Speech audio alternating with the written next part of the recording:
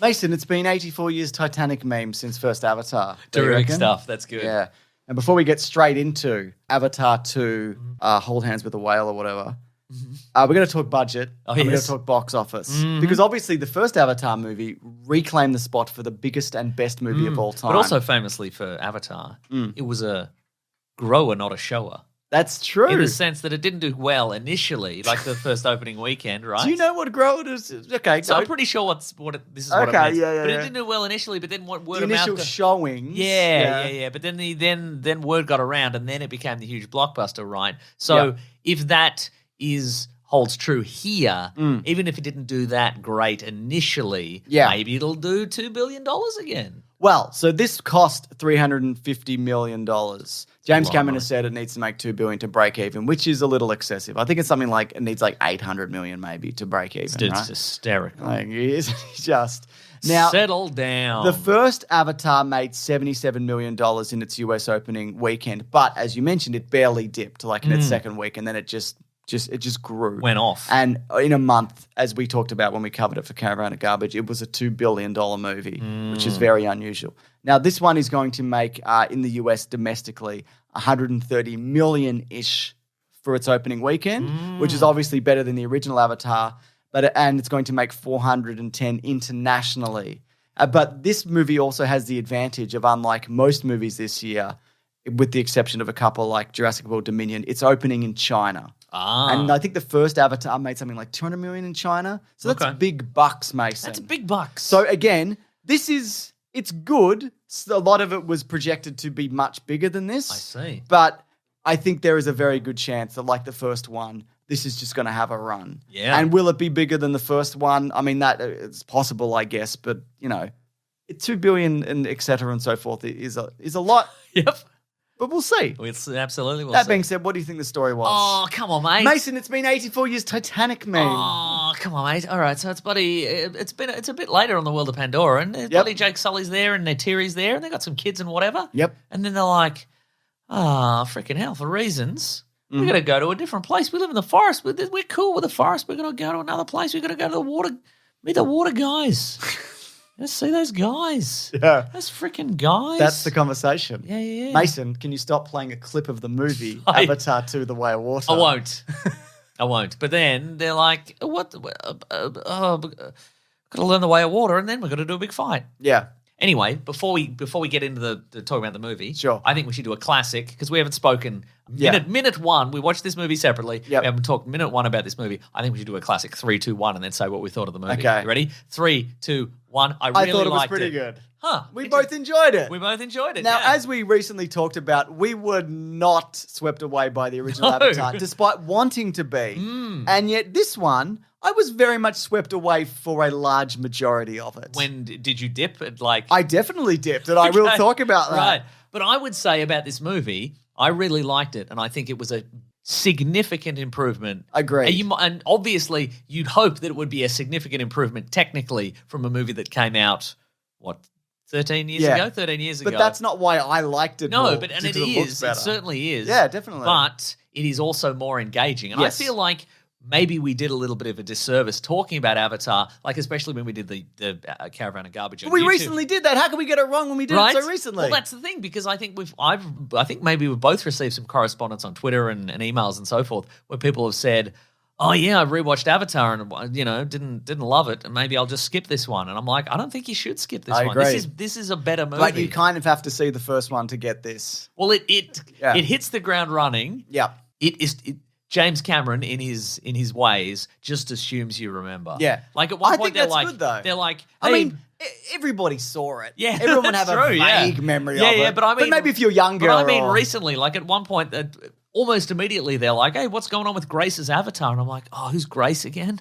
Oh, but Sigourney Weaver's Sigourney Weaver's character Grace. from the first movie. By the way, we're going to do non-spoilers and spoilers. Skip That's ahead true, yeah. if when we get to that, if you're so inclined. Yeah. But what I was going to say is that this movie is in it. Like, I think is it different? Is it a different effects team? It's Weta Workshop this time. Who was it last time? I think it was also Weta, Weta but I think it's Workshop. also like multiple houses that they are exploiting and whatever, like they did for And the we'll first talk about one. the special effects, but what I also Yeah. wanted to say is the writing is a lot better. Agreed. And that is because I think The first movie was written exclusively by James Cameron. Okay. And the new one was written by James Cameron and Rick Jaffa and Amanda Silver from a story the trio wrote with Josh Friedman and Shane Salerno. But Rick Jaffa and Amanda Silver are a married couple who are a screenwriting and film production duo.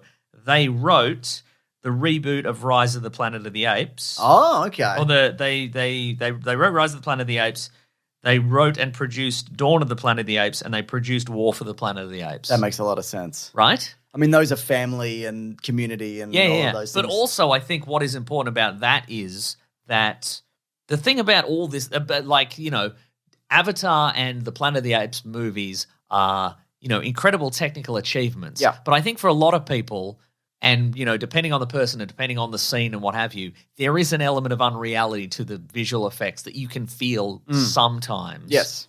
And if you combine that with mediocre dialogue or, you know, A boring man. a boring man or characters that don't act like regular people, you really feel the unreality. Yeah. And you sort of disengage from it. But if you go, okay, these characters maybe look a tiny little bit off, but they act like normal people and they talk like normal They people. punch like normal people. They punch like normal people. They say that's called a punch, bitch. Right? Exactly. I think you sort of you push forward, and I think maybe that's a lesson they learned for the Planet of the Apes movies. Yeah. And they brought on for this. And this I was way more engaged with the characters. I felt they felt more like real people. And I think that is partially that the visual effects on this movie are insane. Yes. Insanely good. Yeah. And that I was actually like, oh, these characters don't talk like cliches. They don't talk like Titanic anymore. You know? It is wild that none of this is real. I mean, there are a few people in it, and they build like very few like environments, but for the most part, none of this exists in any reality. But at this point, I'm like, what is real? Yeah. Like, you know, there's a scene on a boat, and I'm like, is the Is the boat real? Is the bridge on the boat real? Yeah. You know, are they just standing around nothing? You know, are any of the externals real? Yep. It's impossible to judge now. All the characters, like, and again, one of the most difficult things to do, I think, in visual effects is water, and this movie is all water. It's just literally water. And it's just like, you know, the characters. A problem I think maybe I had with the last one was like, you know, the eyes are not great, you know, the skin, maybe the mouth movements. I reckon of this 3-hour plus movie, there was maybe 4 or 5 shots of like less than 1 second where I'm like, that doesn't feel quite right. But the rest of them, I'm like, this is amazing. Yeah. And that could have been because you blinked or coughed or something. Maybe I blinked and coughed. At the same time? Yeah. Yeah, I will say, because it also does a technique where the frame rate like ramps up and down at certain points. And couple that with a 3D. I didn't love you saw that. it on 3D? I saw it in 3D with the high frame rate. I wish I saw it on a much bigger screen. But I do wonder how this would play at home. Like, I don't feel the urge to be like, I want to get this and put it on a TV and watch it at home. See, I also have no urge to see it again, really. Yeah. Because it's 3 hours and 10 minutes, you know? And you know, you do feel it. You do feel it at times. But I will say this, I've you know, talked about how I don't like Jake Sully, how he's just an empty-headed moron who the tree's made to do things. And there's a bit of that going on here, but it's got to the point where he's at least a decade on, more so. He's got children, there's stakes, he's part of a community. He's not just doing things because he's like, all right. Which is how I felt in the first movie. And I think the gap between this movie and the previous movie, it really serves the story. And I think it also affected me personally, is because I was a lot younger 13 years ago and I didn't have children. And I'm not saying you obviously enjoyed it. You don't have kids. But I think also... I don't know them. But like... I don't have any blue 4-fingered kids that I know about. I think if you made this exact movie 2 years, 3 years after, this doesn't work. I also think if you release this in the middle of The Force Awakens and even like Avengers Endgame, people would be like, no. This is... No, James Cameron. This is the perfect time, maybe by choice or accident, to release this movie. Right. There is this gap where some people are like, I'm kind of sick of Marvel, and you know, and everybody hates Star Wars at the moment and whatever it seems. I know Pandora or whatever, but you know, I think it's just it worked. The timing of this is perfect. But I will say, I think there's not enough of Zoe Saldana. Well, I was going to say, like, she's one of the best things about the first movie. Yeah, I mean, obviously in this one, there's less of a focus on Jake and Neytiri. Yeah. and there's more a focus on the kids. It's more about the kids growing up and etc. But yeah, I would say I like most of the characters, but that's one of the things that I thought is that there's a couple of characters that kind of undercooked, and one of which is Zoe Saldana again. I feel like she was underserved in the first movie, and she's been underserved in this one, and it is a function of the plot, but it's kind of like, you're not going to give her in a couple of scenes. There is a scene in this where obviously Jake and Neytiri and the kids, they all go to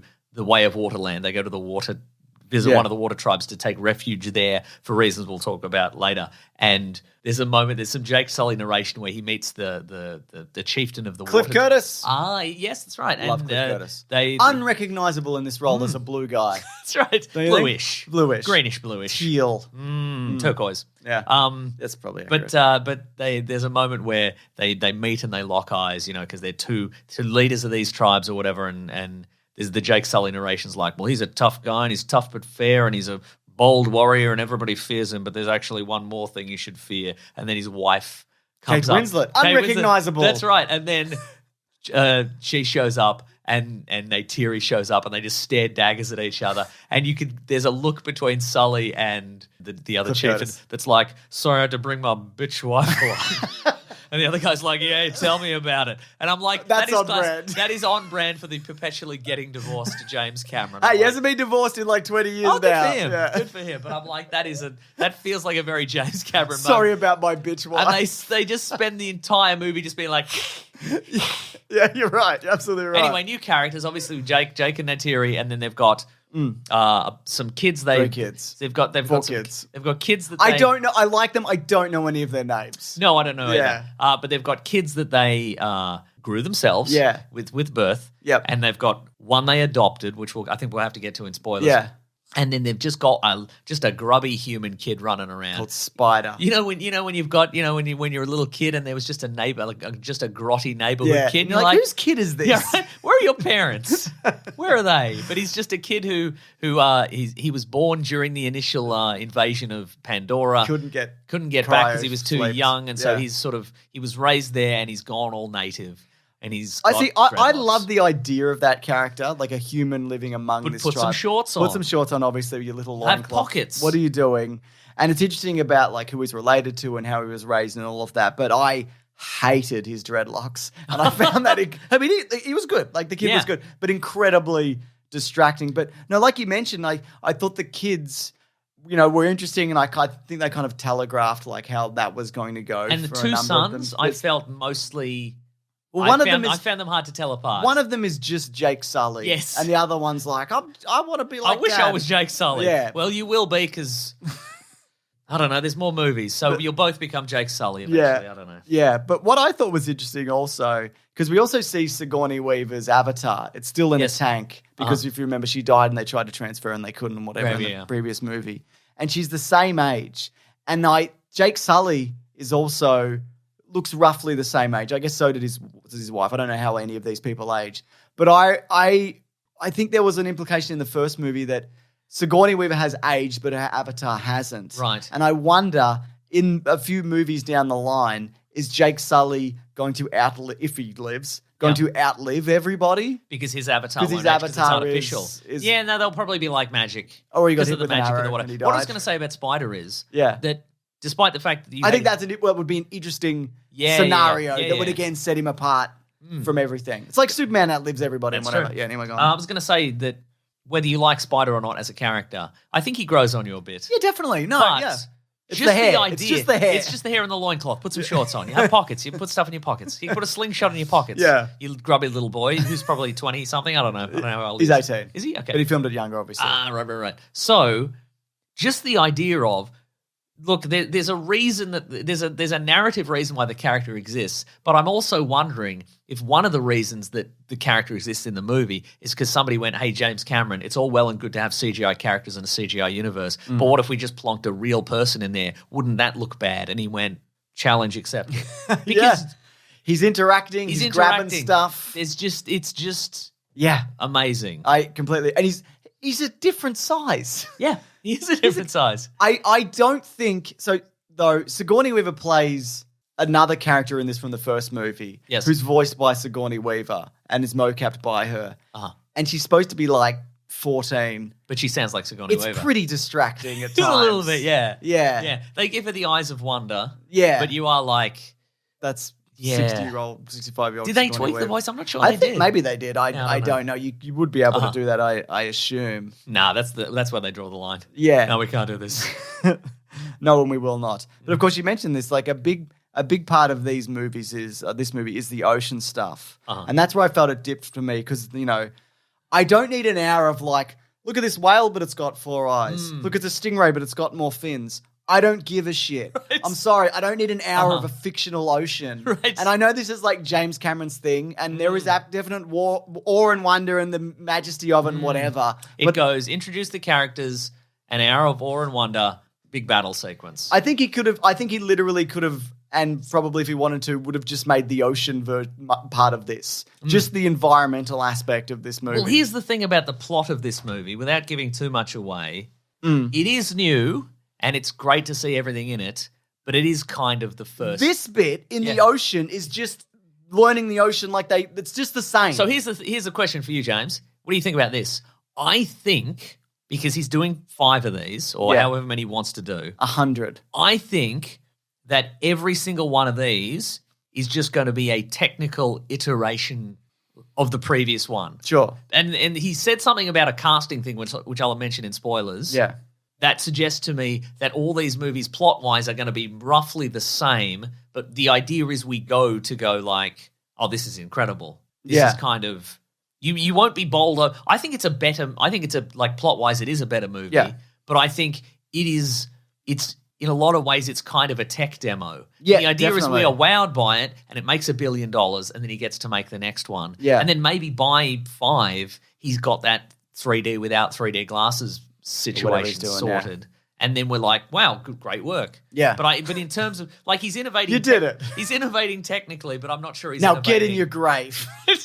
You've done it and Sorry, you're go out. on, yeah. I think he's innovating technically. Yeah. But he's only, like... Do you think he's doing it for like the technology as opposed I think to like it is, telling her? Well, I think there's that element of it. I think he's found the niche of, like, this is what he wants to do as a filmmaker. Yeah. Is create this flawless technical universe, and as like we said, the skin, everybody's skin looks amazing. And when somebody comes out of the water beads off them. I'm looking at hair, and I'm like, God damn! Yeah. And everyone's hair's different. But somebody went, I saw on Twitter somebody went, Jake Sully's dreadlocks are terrible. Yeah, I know, but they look like authentically terrible dreadlocks. Exactly. They don't look like badly CGI No. dreadlocks. They look like amazing bad this is dreadlocks. a movie which is almost exclusively featuring terrible dreadlocks on people. Yeah. Yeah, I think you're right. I think these, including like these have always been the 2 tech demos, but he's also openly talked about how this has a very obvious environmental message. Yes. And the big part of the reason why he wants to make that is to portray that. And I think when this becomes probably easily one of the top 3 grossing movies of the year, I think, there might be people who were like, well, it did well because it's not about anything. But it's like, no, it's like an episode of Seinfeld. It's about the environment and capitalism and whatever and like murdering ocean Yeah, I life don't like. and I could not imagine somebody coming away from this and being like, "This isn't about anything." You would There's be like shocked, Mason. Yeah, no, I am right. But there is like what is essentially like a brutal whaling scene. Yeah. that is horrifying. Yeah. and it's especially horrifying because there's a big drill. There's a big drill. There's a big drill. It's like a giant going to a and giant those dentist whales, office. they're smarter than humans, apparently. That's true. Mhm. As my brother texted me, he's like, just dive. What are you doing? That's right. And I know they had like countermeasures, but yeah. if these whales are so smart, Why aren't they go rich? away. Why aren't they? Why Why aren't they rich? aren't they investigating? Why aren't they investigating Bitcoin? These whales, if they're so smart. I loved that. I think I like the designs of the water Na'vi more than the original Na'vi, and it also Because they have big sort of and flippery you forearms see and a big flippery their tail. broader chest because they're obviously they hold their breath for longer. The tails are more like to swim through the ocean. And I guess I also realized that the ones in the first movie for the jungle are built more kind of like like for primates and like grabbing branches and running and whatnot. Where these are obviously built for the water, and I like that element of it. I loved a lot of the action in this. I thought it's probably not the best action James Cameron has ever done because obviously I think Titanic is a great action movie. Obviously, True Lies, Terminator movies, etc., and so forth, Aliens. But like I really love the spindly mechs. Yeah, there's a bunch more. Yeah. If you were just in this for weird looking mechs, there's one that's just it's just you, like a but your stilts. arms are a bit spindly and your legs are a bit spindly. You can you can drink a coffee with a big arm. Yeah. There's sort of crab submarines that can operate Crab marines. Crab marines, they can operate underwater as like little submersibles, but then on land they become big crab guys. There's little torpedo kind of submarines. Yeah. They're not as interesting, sure. Sure. But I would have loved to have seen like a hand-to-hand with one of those spindly mechs and a Navi because they're about that height, but they didn't do that. I also would have liked to have seen more Carmelo Soprano, Nurse Jackie, who was in this. Edie Falco, yes. She's like, I'm the boss of this. Yeah. Are you? Where are you? Some surprising... She'll be another. Some surprise... Jermaine Clements. Yeah, well, I was going to say there are some... Cameron does a really good mix, I think, of big stars and sort of relatively unknown character actors or character actors you haven't seen in a while. It took me a bit to go, that's Edie Falco. I'm like, is that Felicity Huffman? Who is this? Right. And then I'm like, of course, yeah. Well, you texted me about Brendan Cowell. Brendan Cowell? Cowell, who's an Australian actor. And I haven't seen in ages. No, there's a great Australian movie called Noise. He's in a bunch of stuff. He's really good. He's in Game of Thrones. But he is, and I say this because I'm Australian, he is the most normal looking fucking dude I've ever seen in a movie. Just the guy that I see every day. Right. Just in this movie. He's stepped out of the RSL. Yeah. He's had a pub meal at the RSL. He's had a chicken parma probably. And he's just popped into the ping pong ball suit to do Avatar. He's great. I think he's terrific, and he's very good in this. Can we talk about the main villain? Is that that was revealed beforehand? The main villain. He's in the trailer, so I think. Yeah, you think we can talk about like how this person is returned and all of that? I mean, look, we could just do spoilers now. That's true. Look, I'm going to say you should see this. It would be. I agree. People are going to, but again, I wonder if the re-release of Avatar has poisoned people's desire to see new Avatar. Yeah. Like was it worth it to have $70 million more of tickets sold to original Avatar for people to go, I didn't love this. Yeah. Maybe I won't see the new one. But I would say most people didn't go and see that. That's true. And I I say this, I think for me, the benchmark of whether a movie is going to do anything is if my Norman mates comes up in a group chat. Yeah, right. And this has, multiple times. Same thing happened with Top Gun Maverick. Immediately people are like, this is amazing, you should see it. Like, I've already seen it, I've got a podcast. No one talked about, Black Adam or even Doctor Strange and whatever. But this people they're talking about. And I think, and I know a lot of people have commented on this, the internet and Twitter and all of these things, they don't actually reflect often what normal people, online freaks like us. That's true. Wow. Is that why you never leave that horrible group chat? Because it's the true barometer of what's going to do Yes, well? Mason, that's exactly right. Did you know that in 2012, Brendan Cowell's in something called Save Your Legs! Exclamation point. I'm going to click it. It's got a thing there. It's got a thing there? Yeah. Wasn't he in I Love You, Man? He was in I Love You, Man. Yeah. He wasn't in You and Your Stupid Mate, I don't think. Well, that's disappointing. Save Your Legs is a 2012 Australian comedy film directed by Boyd Hicklin and starring Stephen Curry, Damien Gameau, and Brendan Cowell. Oh, my God. Follows the story of Edward Teddy Brown and his two mates of a Melbourne cricket team who travel to India for a tour. Save Your Legs. Save Your Legs, baby. I got it. Yeah. Anyways, before we do spoilers, I think it's best movie ever. I also think it's best movie ever. And I enjoyed... I didn't think I would, honestly. I enjoyed being swept away. And I'm also glad we didn't spend 5 years going, who cares? And James Cameron will fuck this. Yeah. Because he didn't, it turns out. Yeah. Yeah, there you go. Yeah, there it is. He'll ruin the next one. I'm saying it now. Yeah, that's right. Anyway, so the main villain of this, obviously, is Stephen Lang, who plays Mr. Marine Man. I don't know what his name is.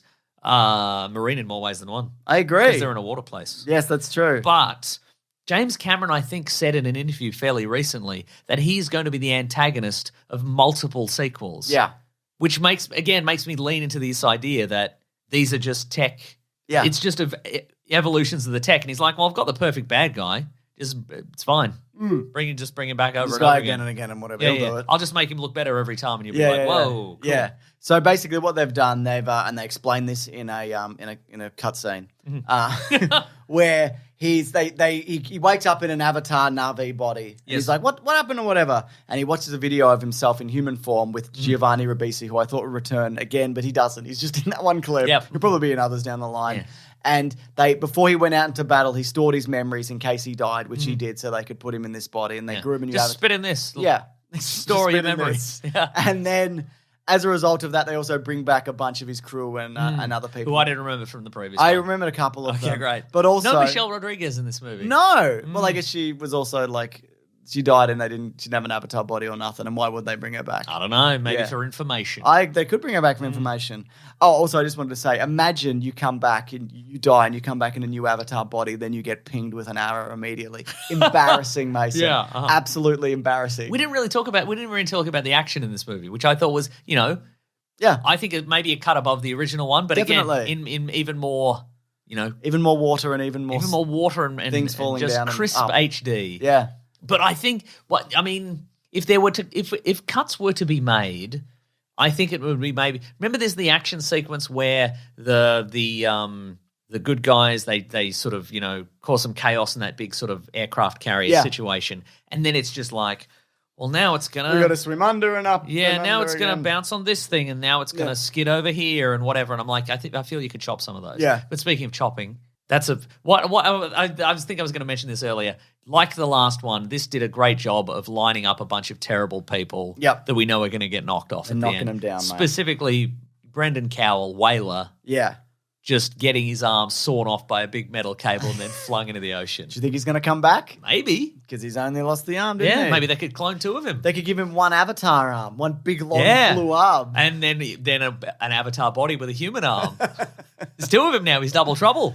I guess that's interesting that this is a universe where you could just make multiple versions of yourself, right? Because there's no rule. Obviously the scene where we reveal that Stephen Lang's character was cloned. Yeah. You could do that with anybody at any point. Exactly. They could be like, hey, we got Jake Sully's memories as well. We're going to make an evil Jake Sully. I think they're going to make an evil Jake Sully. Evil Jake Sully. Yeah, he's going to be red. Regular Jake Sully would hate that. Yeah, he was going to be red, wouldn't he? Mm-hmm. You'd spot him in that jungle, unless the next one is set in a volcano. I think it might be. I think also the idea of bringing back villains, and I think we saw a bit of this in the movie Elysium, where they repair Sharlto Copley after he takes like a grenade to the face. Oh, yep. What does that psychologically, and it sort of touches on this a little bit, what does that psychologically do to a person That's true. who is brought back from the dead because the previous version was obliterated? Yeah. And he sort of wants to get revenge, but he's also like, well, I'm not that guy. Yeah. You know? Interesting. Yeah. I thought it was interesting. And I wonder if he's going to do some kind of heel turn because, it's also revealed that pretty early on that Spider is his son. Yes. And what is that? How is that relationship going to unfold? Is Spider going to get his own avatar, Mason? No. You don't reckon? No. It's just going to get dirtier and dirtier. Dirtier and dirtier and shorter and shorter. That's right. Yeah. That's right. It's the gravity. Yeah, It's going to squish him down. That's it. Well, apparently it is lighter gravity on this planet, isn't it? I think I remember that from the first movie. I also knew that the Jake Sully's son, the one who's not exactly like Jake Sully, was like, I'm the older one and I'm responsible. I'm like, that dude's definitely going to die. Yes. Because then, and he does, because his son, his second youngest, second oldest, it's just Jake Sully. And he's the kind of guy in a couple of movies' time will be like, but I'm not ready to be a leader. I'm not like my dad. And his dad will be in a tree and he'll be like, actually, you're just like me. If not, you're even better and whatever. I mean, Now you got to get the big red bird. And Get the bird! And fight the big red Jake Sully.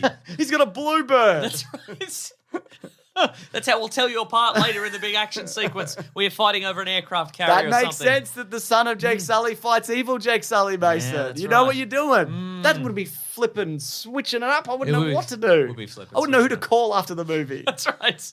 Everyone, I guess. Yeah, I guess you'd call everyone. But yeah, I guess you need, there's nothing wrong with a trope or two. Like, man, these if are you're all gonna, If you're going tropes. to innovate, then... And if it's it's interesting enough, it carries along.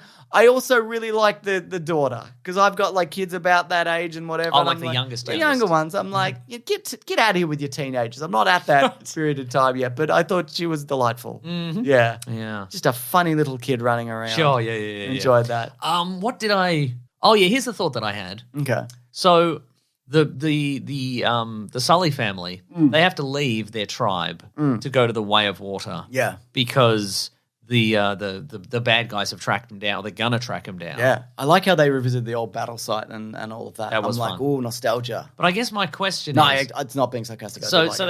they go to the Way of Water tribes. Yeah. And then the bad guys show up and they're like, all right, we're gonna keep blowing up, tribal locations until we get the location of Jake Sully. What did they do with the forest people? Did they blow them up? I don't know. How did they get from the forest to the way? Because they Well, they tracked the jet. right, but it doesn't solve anybody's. If your strategy is, well, we don't want to get our tribes people in the forest harmed, so we'll leave. Yeah. Surely That the would turn Marines up would and just be show like, up and we'll just kill all of you, and then be like, tell us where they went. Oh, they went to the Way of Water. Okay, Yeah. well, we'll follow them. So what happened to that tribe? Did they just go underground? Maybe they went underground. Maybe they went Also, underground. they were hiding in the mountains and whatever. The Maybe they were floating hiding in mountains. Yeah. That was But cool. I guess there's it's weird to say in the movie that's 3 hours long, but there feels like there's a missing scene where they figured out how to get from the forest to the Way of Water. How the bad guys figured it out. But Yeah. maybe I just missed it. Maybe. Maybe I tuned out. Yeah, you might be right. Maybe Maybe. you tuned out because it was 3 hours and 10 minutes long, Mason. Maybe I tuned out right at the start. I got a quick little nap. Sure, absolutely. Yeah. God damn, this movie looked good though, didn't it? Like I was looking at it and I'm like, this isn't real.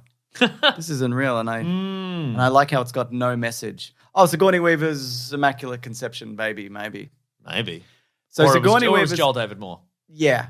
So Sigourney Weaver has a baby in this. Yep. And it's Sigourney Weaver again. Yeah, it's a hybrid baby because she done it in her avatar form with someone. Maybe, unless it's like a tree situation. Maybe it's a magic tree situation, right? Yeah. It's also, I think it's possible that the kid just ends up being Sigourney Weaver again. That the tree put Sigourney Weaver back in Sigourney Weaver. Because there's a moment where she communes with the magic tree. And Sigourney Weaver's there and for real. And she's like, I got to tell you a big secret or something. You're me, really. Yeah, or you have a brain injury or something. Yeah, maybe that. Yeah, that never came up again. Yeah, I think she didn't have a brain injury. Yeah, it's also interesting that there's a Sigourney Weaver's daughter's character, Sigourney Weaver, has a subplot where she might have epilepsy in a movie where we get an epilepsy warning at the start of the movie. Oh, yeah. Do you think that was the warning? Yeah, probably. Yeah, is that how it works? I think so, yeah. Terrific stuff, Mason. Anyway, you got to have some mysteries for the next several movies. Yeah. To unfold and et cetera and so forth. But there won't be that many. There'll just be some. Because it'll be the same movie. These movies, as we mentioned, they don't rely on like twists and turns That's and true. what's next. Or cameos. Or and cameos big and reveals, like yeah. who's got a lightsaber now and whatever. Yeah, we're building the rivalries between the characters and the vendettas and whose wife hates who else's wife and all that sort of stuff. Okay, Winston hates Zoe Saldana. Yeah, the two wives hate each other. Yeah. Two wives hate each other. It's my favorite thing in Wife film. battle. Great stuff, Mason. Would you like some reviews from people who've sent in? Yes. From Ethan Price, who says, #Weekly Planet Pod. Just came out of Avatar 2, and if this movie was made by anyone other than James Cameron, it would ruin their career. A movie where Earth sends its entire military for a revenge plot against one man. Why was the big fish a killer if it didn't kill anyone? Awful.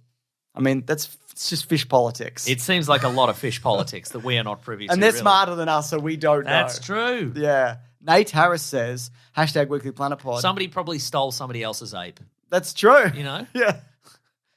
They're non-fungible. That's the thing. That's the point. It's poor form. You missed the point of it. Poor form.